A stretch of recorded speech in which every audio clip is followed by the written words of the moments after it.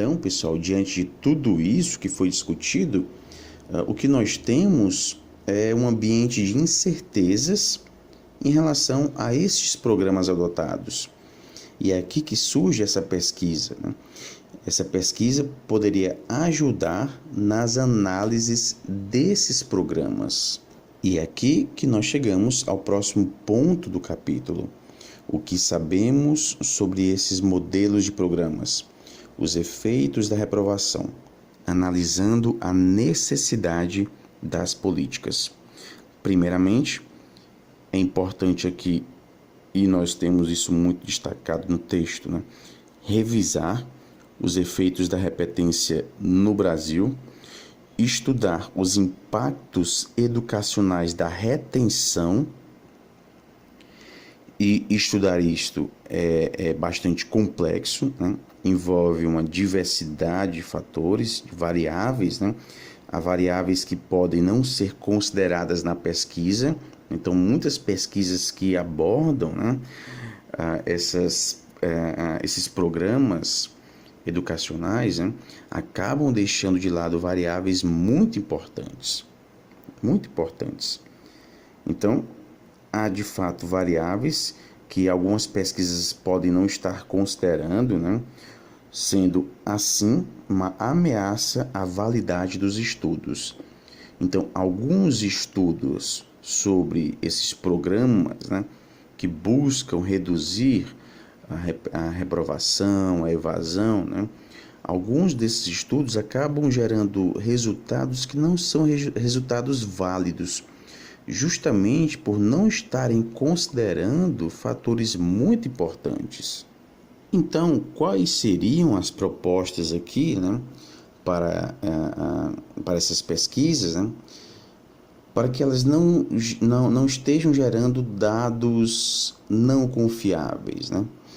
Dentre as propostas ou saídas encontradas, né, nós temos testar o efeito da repetência através de estudos comparativos, né, comparando turmas diferentes, né, sendo que em uma é adotada a estratégia da repetência, né, ou seja, da reprovação, e em outra turma a estratégia da aprovação automática, e ver os reflexos em cada turma, né? Então, uma das estratégias seria essa, testar o efeito da repetência em estudos comparados, né, comparativos. Outra saída é investigar a retenção o mais próximo possível dos modelos experimentais. A reprovação também acaba sendo vista como uma espécie de controle social, ou seja, como algo necessário para a sociedade, né?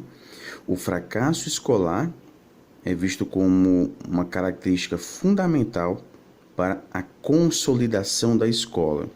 Então, se não há reprovação, né, isso acabaria descaracterizando este espaço formal, né, como sendo a escola, né?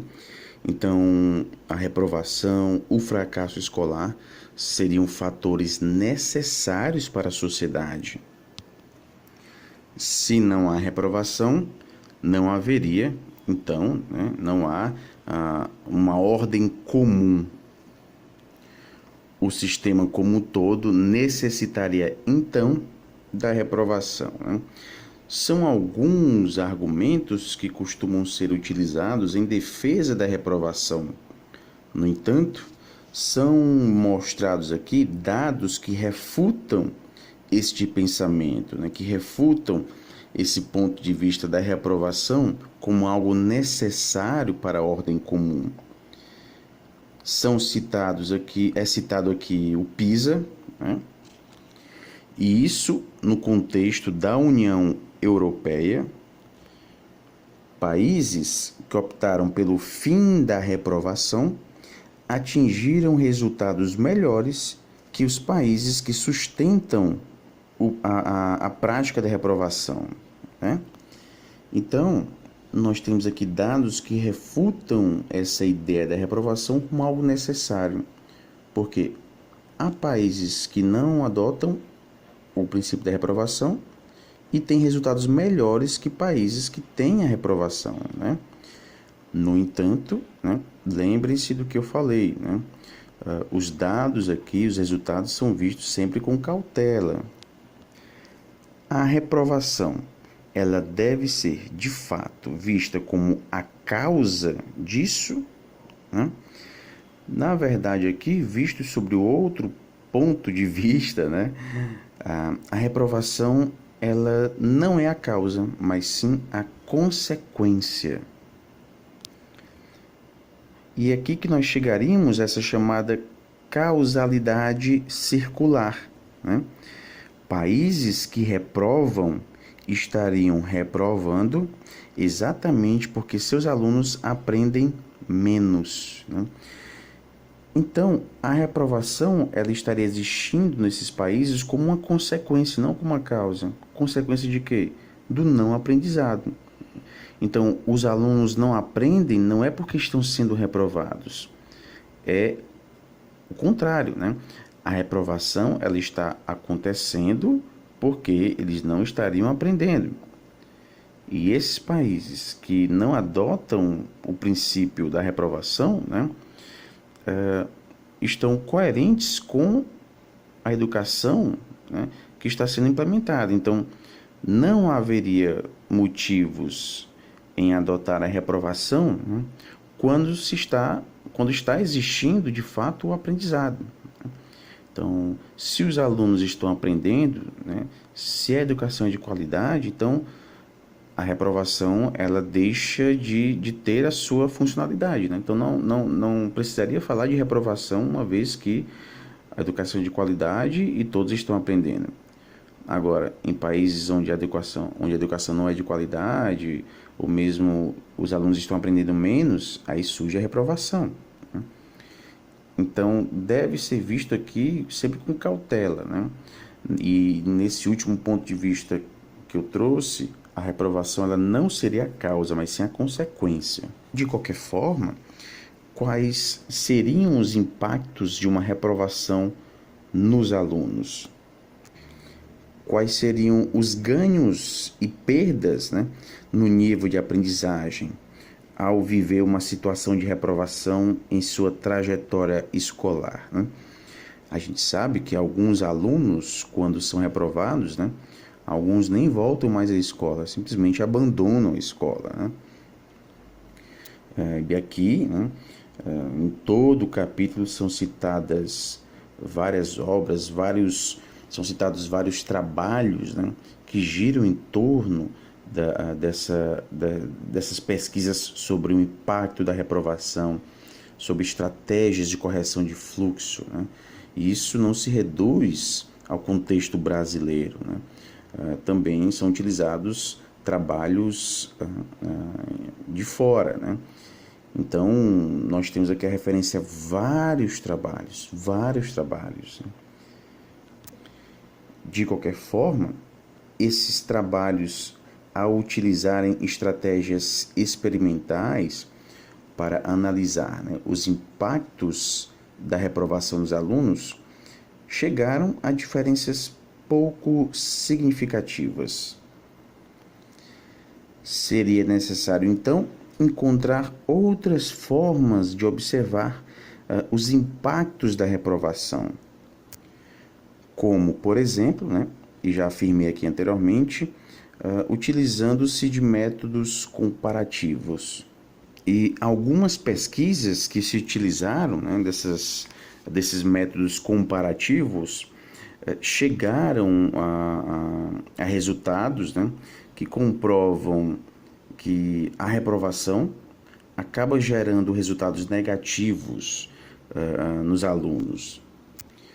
No entanto, é importante destacar o tipo de desenho de pesquisa que foi realizado, né? Por quê? Porque se uma pesquisa traz como resultado, né, essa afirmação de que uma experiência de reprovação estaria gerando efeitos negativos nos alunos, né? Ou seja, eles estariam aprendendo menos, né, depois de práticas de reprovação, né? Então, isso deve ser visto com cautela, né? deve ser destacado o desenho da pesquisa para chegar a essa conclusão. Por quê? Porque eu poderia pensar no seguinte, né? Esses alunos que foram reprovados, ou os alunos que foram aprovados, né? Eles estariam tendo acesso a conhecimentos novos. Isso poderia se refletir em aprendizado, né? Então, eu não poderia comparar alunos de anos diferentes, uma vez que eles estão se deparando com conteúdos diferentes, né? Então, esse aluno que foi reprovado, ele vai aprender menos do que um aluno que foi aprovado por exemplo, a aprovação automática, né? Então, como medir isso?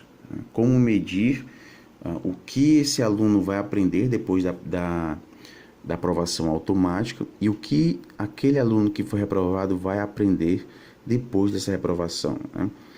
Esses alunos vão se deparar com conteúdos diferentes, com professores diferentes, né? Então, isso deve ser considerado antes de falar que aquele aluno que foi reprovado, né, está aprendendo menos do que aquele aluno que foi aprovado automaticamente. Em outras palavras, existe aqui a possibilidade de os resultados encontrados refletirem apenas a exposição a conteúdos e currículos distintos, tá ok? De qualquer forma, devem ser considerados efeitos psicológicos, efeitos cognitivos, né, efeitos de longo prazo que a reprovação pode gerar nesses alunos. A complexidade que há aqui, pessoal, está em comparar alunos em graus escolares distintos, né? Então, como é que eu vou comparar se aquele aluno que foi aprovado automaticamente, né, vai aprender mais do que aquele aluno que foi reprovado, né? Eles estão se deparando com conteúdos diferentes, né? Conteúdos diferentes, professores muitas vezes diferentes, né? Então, como comparar isso? É muito complexo. Por isso que há sempre aqui uma postura de cautela diante dos resultados obtidos por essas pesquisas. Por isso que eu copio o seguinte trecho de um dos parágrafos da página 68, né? O segundo parágrafo da página 68. Vejam só. Uma das dificuldades dos estudos de repetência é analisar medidas de pós-teste, já que, ao compararmos alunos de mesma idade, estamos comparando alunos que se encontram em graus escolares distintos, né? Aquele que foi aprovado está no grau distinto daquele que foi reprovado, né? Assim, parece mais que normal, né, que os resultados de aprendizagem sejam diferentes, pois aos alunos reprovados, foi negada a possibilidade de aprender um conteúdo novo, enquanto alunos promovidos experimentam novas aprendizagens. Essa diferença por si só tende a gerar resultados distintos entre grupos, né? Então, os resultados estão sendo distintos, talvez não por conta da reprovação em si, mas por conta dos conteúdos diferentes, né, aos quais esses alunos estão sendo expostos. Tá ok, pessoal? De qualquer forma, o que a gente acaba identificando neste capítulo, né, é que, apesar de toda essa complexidade, apesar de toda essa cautela, né, a reprovação aqui ela é vista pelo seu sentido negativo, né, pelo lado negativo. Ela gera mais resultados negativos, né? Então, mesmo com tudo isso, a gente pode perceber aqui, pessoal, que o ponto de vista defendido pelos autores é de que a reprovação não é um instrumento mais eficaz, né, em busca dessa qualidade da educação, né? É o que a gente pode identificar neste capítulo, né? Há trabalhos que indicam ser a reprovação uma prática insignificante, ou seja, o fato de estar havendo, né, reprovação, isso não estaria contribuindo em nada para a educação no país. O grupo de alunos de baixo desempenho aprovado, né, e aqueles alunos que foram reprovados, eles chegam ao fim de uma determinada série com resultados muito similares. Ao que tudo indica, a reprovação parece ser insignificante, né? Mas mesmo em afirmações como essas, que a reprovação seria uma prática insignificante, há alguns riscos, né, em se considerar isso. Ou seja, se eu digo que aquele aluno que foi reprovado está chegando aos mesmos resultados daquele aluno que foi aprovado automaticamente, né, eu poderia também ver que a reprovação seria um ponto positivo para esse aluno que foi reprovado, no sentido de fazer com que ele progredisse naqueles conteúdos que ele tinha dificuldade, né? Então ele foi reprovado, se deparou novamente com aqueles conteúdos, né? Superou essas dificuldades, né? Se deparou novamente com esses conteúdos e chegou a resultados semelhantes àqueles que foram aprovados automaticamente. Então, nesse ponto de vista, a reprovação ela foi um ponto positivo para esse aluno obter resultados melhores, né? Então, até mesmo a reprovação poderia ser vista como um ponto positivo. De qualquer forma, e repito, né, o que a gente vê aqui neste capítulo por mais que haja toda essa complexidade de fatores, a reprovação continua a ser vista como um ponto negativo, né? Os efeitos da reprovação no Brasil parecem indicar resultados similares a outros países. São abordadas aqui algumas pesquisas que vão ressaltar efeitos negativos da reprovação, destacando o nível de proficiência pior daqueles alunos que foram reprovados, sempre lembrando que nessas mesmas pesquisas que trazem essas conclusões, né, podem existir variáveis que foram omitidas, né, e uma vez omitidas, os resultados poderiam ser diferentes.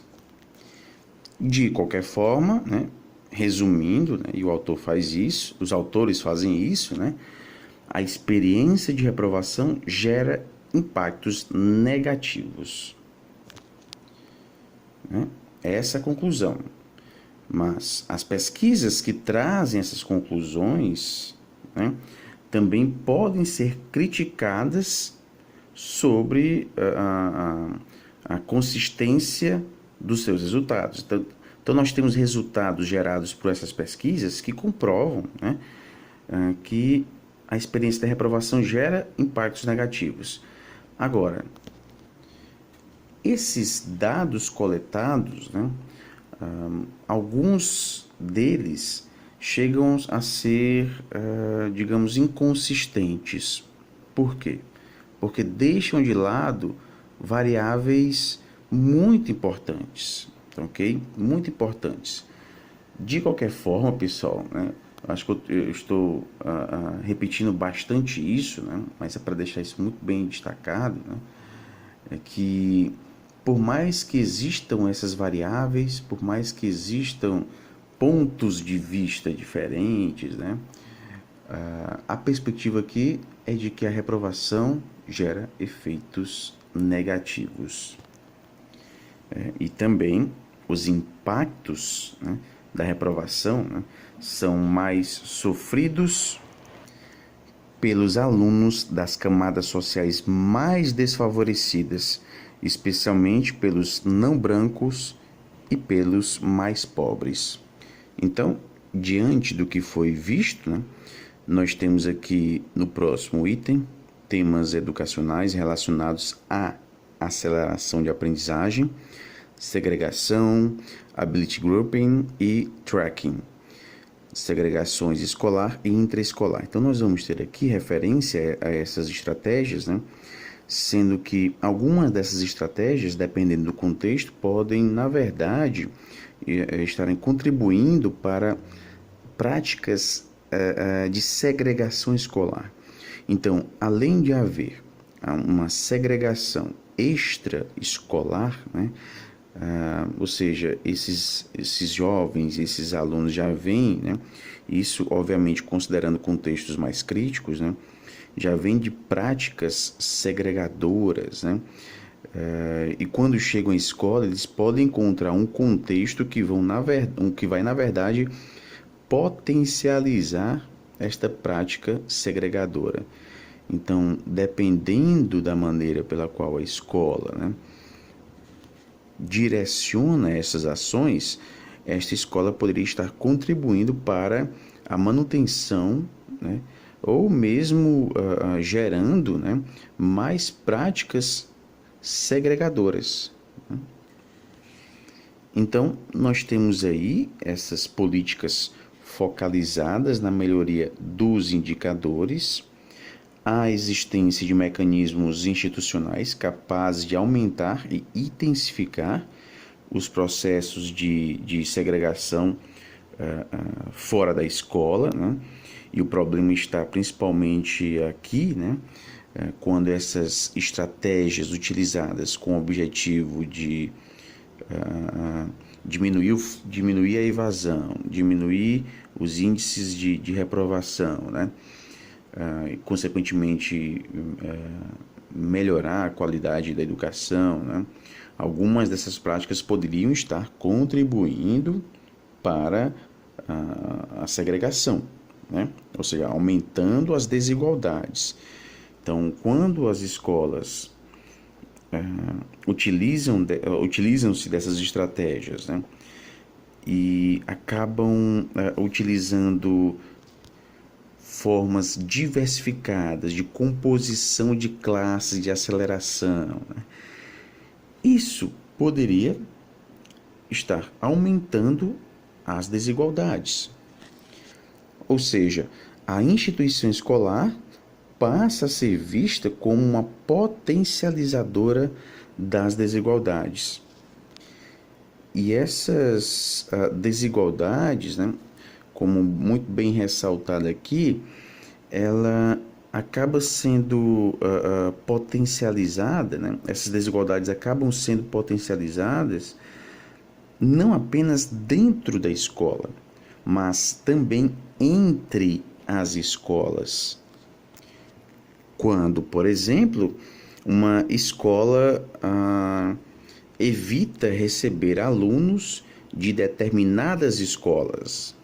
E para a gente compreender um pouco mais essas estratégias, né, neste capítulo vão ser abordadas mais detalhadamente, né, essas estratégias. A primeira...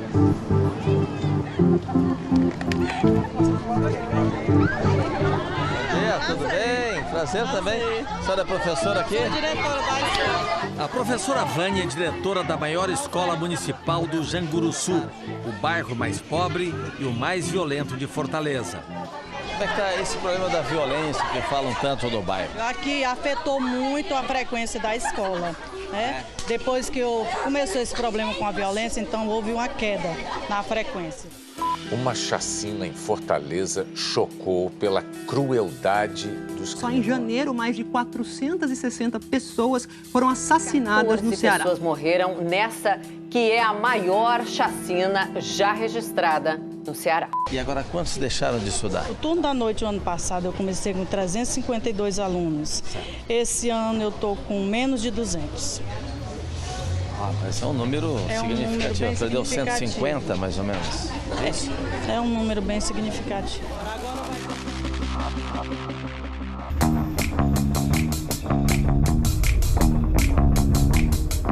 Bom dia, tudo bem? Por favor, a gente está fazendo uma reportagem aqui em Arapiraca sobre evasão escolar. Até que série você estudou? Lá eu estudei até a 4ª série lá. Aí eu parei no 6º ano, a gente não está mais não, parei. Por que você parou de estudar? Porque eu não quis mais. Desisti porque me deu vontade de eu desistir. Te deu vontade de desistir? Foi. É. Você estudou até que série? Até a 2ª série. Eu estudei até a 4ª série. Você parou de estudar? Porque eu estou gestante, estou grávida, aí eu desisti. Segundo os últimos dados divulgados pelo Ministério da Educação, Alagoas é o estado com maior evasão escolar no ensino fundamental do país. Aqui em Arapiraca está um dos piores índices. E a gente descobriu que essa escola aqui tem uma evasão escolar muito alta. E aqui a gente vai tentar entender por que as pessoas estão largando os estudos. Hoje teve muita falta? Metade. tarde? Isso, hoje sim. Quem aqui conhece alguém que deixou a escola? Gente, todo mundo conhece. Quem é que você conhece que largou a escola? A minha tia. Sua tia? Quantos anos ela tem? Ela tem 16. E por que ela deixou a escola, você sabe? Porque ela quis namorar. Quem é que você conhece que deixou a escola? A minha mãe. E ela te falou por que ela parou de estudar, você sabe? Porque ela fugiu com meu pai. Essa sala aqui, que ano que é? Aqui está sendo trabalhado, desenvolvido conteúdos de terceiro ano. Quem é da sua família que deixou os estudos? Minha mãe. Sua mãe? E você? Conhece alguém também? Minha mãe. Sua mãe? Você sabe até que ano que ela estudou? No terceiro ano. Você pensa em estudar até quando? Até eu terminar meus estudos todinho e ser professora. Ah, você quer ser professora? Por que você gosta de estudar?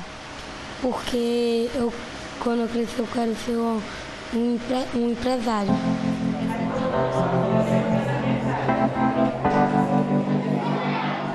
Licença. Bom, Fabrício, você é o secretário aqui da escola, né? Quantos alunos vocês têm matriculados no 5º ano e quantos no 9º ano? No 5º ano, no caso, é uma turma pela manhã e 2 à tarde, totalizando 104 alunos de 5º anos. De 5º ano. Agora, no caso da turma do 9º ano, são apenas 13. Uma turma pequena.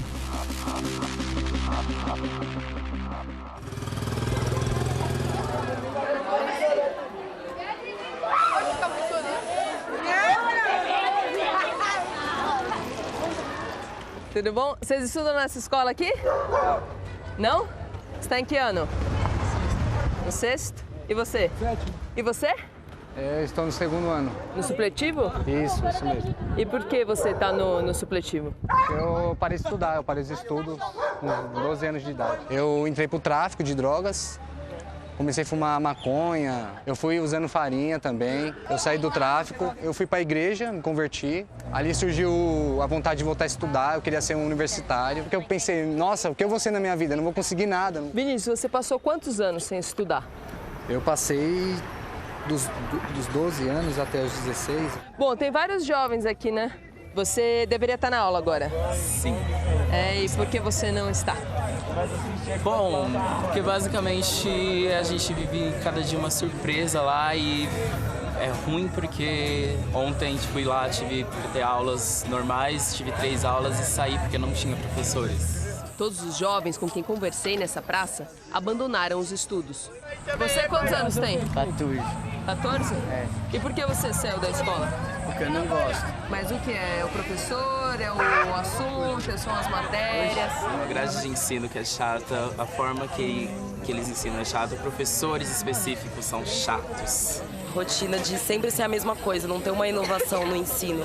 Sempre há muito tempo eles querem ensinar as mesmas coisas da mesma forma e eles percebem que não tá dando certo eles ensinar isso, mas eles querem continuar forçando isso. Se você pudesse resumir, né, o que te fez abandonar a escola. A falta de interesse, a falta de motivação. Era poucos que davam atenção, que parava e falava, não, vamos conversar. Só tem a mesma coisa de sempre, chegar, vai fazer a lição e pronto. Então você estuda? Mais ou menos por quê? Porque às vezes dá vontade de ficar em casa. Você falta muito? Não. Fala a verdade, Paulinho. 2 dias no máximo. 2 dias na semana? No máximo. Pô, mas isso é muito, Paulinho. Você já repetiu algum ano, Paulinho? 2 anos. 2 anos? E o que você gosta de fazer? Nada. Não? Só andar de skate. Andar de skate? Você já pensou em desistir, Paulinho? Eu já. E o que te fez ficar na escola e não desistir? A minha mãe. Como é que é você na sala de aula? Um aluno péssimo. Por quê? Porque eu não termino minha lição. Tiro algumas notas boas, mas as outras são ruins. Eu tô com alguns endereços de alunos que deixaram a escola Domingos Lopes e a gente vai tentar encontrar alguns deles para ver por que eles pararam de estudar. Bia! Leila? Isso aqui deve ser a casa do Carlos Eduardo, 788. A gente viu que ele estudava na Domingos Lopes, o Carlos Eduardo, né? Ah, ele não tava gostando muito dessa escola, não. O aeroporto não tava gostando dele, por causa de briga, essas coisas. Carlos Eduardo tem 13 anos e estava no 6º ano. Como é que era lá na escola, Carlos? O meu problema é que eu conversava. Você conversava muito? É. Aí os professores davam bronca. É, não gostava muito não. Tinha muita briga? Todo dia tinha uma briga na escola. Enquanto o mês que eu estudava lá. Carlos está estudando em casa com a ajuda de uma prima desde o ano passado. Neste ano, ele deve retomar o estudo em outra escola longe das brigas. Enquanto isso, ele ajuda a tia no comércio. Você preferia estudar lá ou trabalhar aqui? Trabalhar aqui. Melhor aqui do que lá. O trabalho e o desinteresse estão entre as 4 principais causas de evasão escolar no Brasil, segundo a organização Todos pela Educação. A gente está fazendo uma reportagem aqui sobre evasão escolar, as crianças que acabam deixando a escola. Quantos filhos que a senhora tem? Tem 4. Um está preso e os outros 3 estão comigo. A gente poderia conhecer a casa da senhora? Pode? Pode. Pode? Vamos lá, Celé? Vamos entrar? O filho de Sirlene, que abandonou os estudos, é Marcelo. Ele tem 15 anos e deixou a escola no 3º ano do fundamental. Cadê o Marcelo? Posso falar com ele? Marcelo! E Marcelo, você parou de estudar por quê? Eu não quero estudar mais, safado. Não quer? Não quer. Conta aqui pra mim, Marcelo. Vem cá. E aí, Marcelo, como é que era lá na escola? Era bom? Você gostava? Quando é que você parou de ir na escola? Não nem lembro. Não lembra, não? Mas faz tempo? E aí, o que você faz, geralmente? Que agora não tá tendo aula, né? Parado.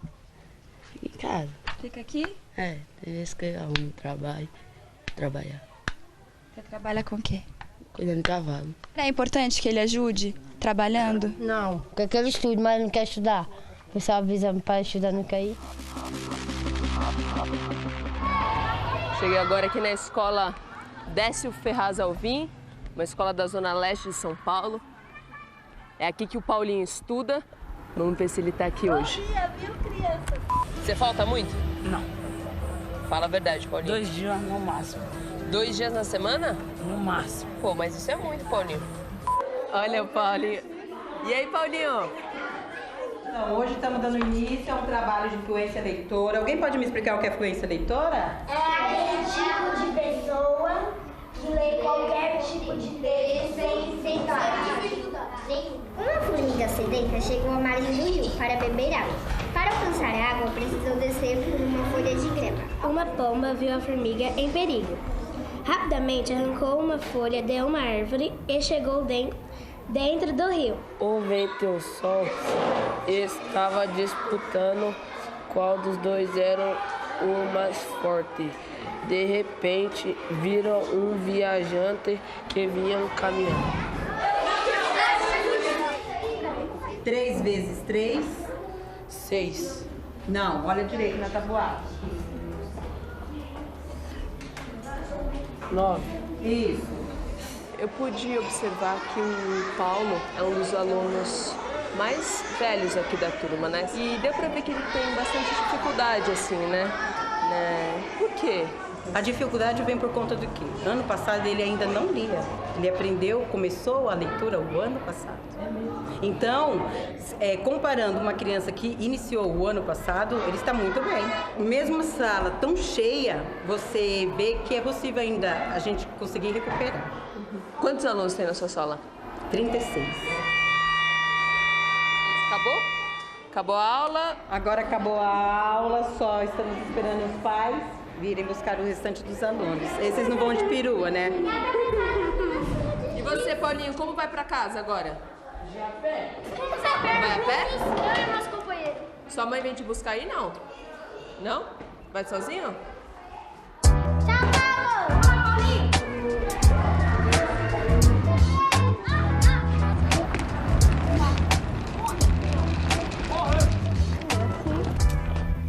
Com licença. Não é para bagunça, não. Imagina.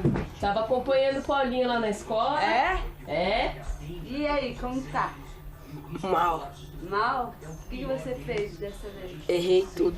Eu faço o possível para ele estudar. Né? Eu tenho minha filha mais velha, eu tenho 4 filhos, né? E eu falo pro Paulinho, né, estudar para ele ser alguém um dia na vida, né? E é assim que a gente vive. Eu faço bico.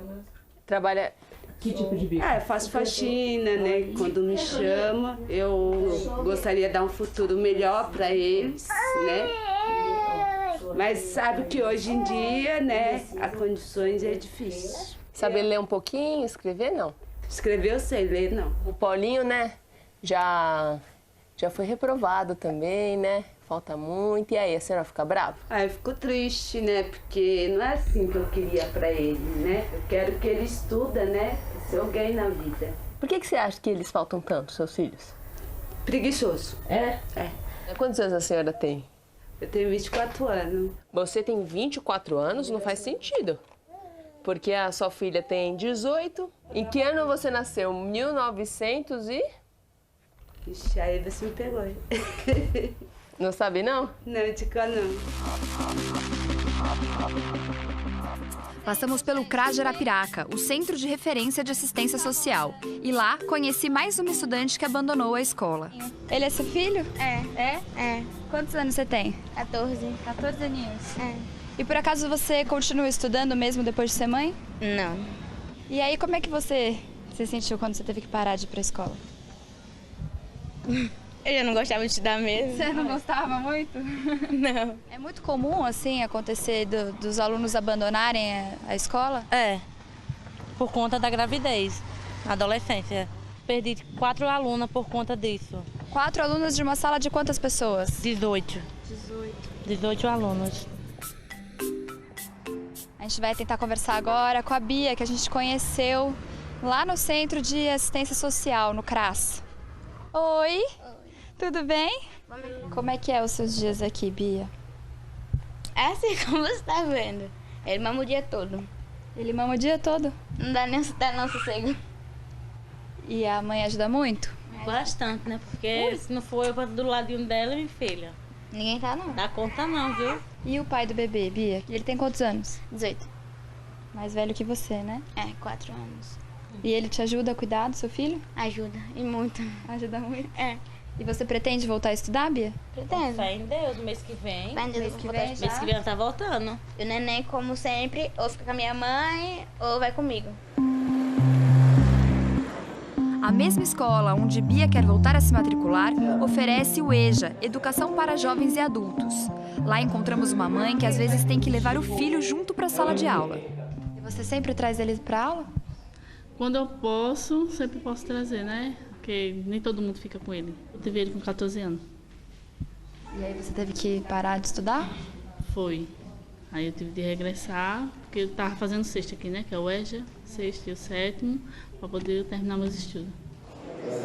A educação de jovens e adultos apresenta os maiores números de evasão nesta escola. Eu tô vendo que aqui a sua sala tá só com 3 alunos, né? Só temos 3. O seu ano começou com quantos alunos, você sabe?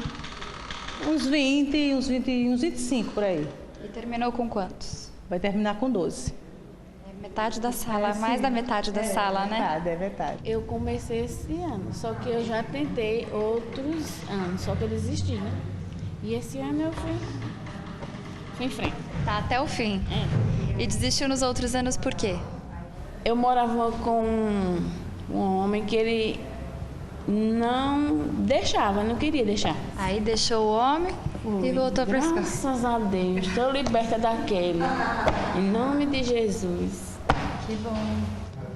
E essa aqui é a outra turma, né? Outra turma. Opa, essa tá cheia. Essa aqui tá mais... Boa, né? Tá. Você já ficou um tempo fora da escola? 25 anos. 25 anos sem estudar. Por que o senhor resolveu voltar? Porque onde eu estava trabalhando é serviço pesado. Aí eu estou tentando retomar os estudos para procurar uma profissão melhor para mim. Por que você resolveu voltar para a escola? Porque sempre sem a pessoa saber ler é ruim, né? Sem saber de nada, né? Andar no mundo cego, né? Aí aqui eu já, graças a Deus, já sei ler um pouco. Já aprendi umas coisas, né? A gente queria entender por que é tão elevado o número de evasão escolar. Tem a família, A questão da estrutura social, socioeconômica, tem isso também.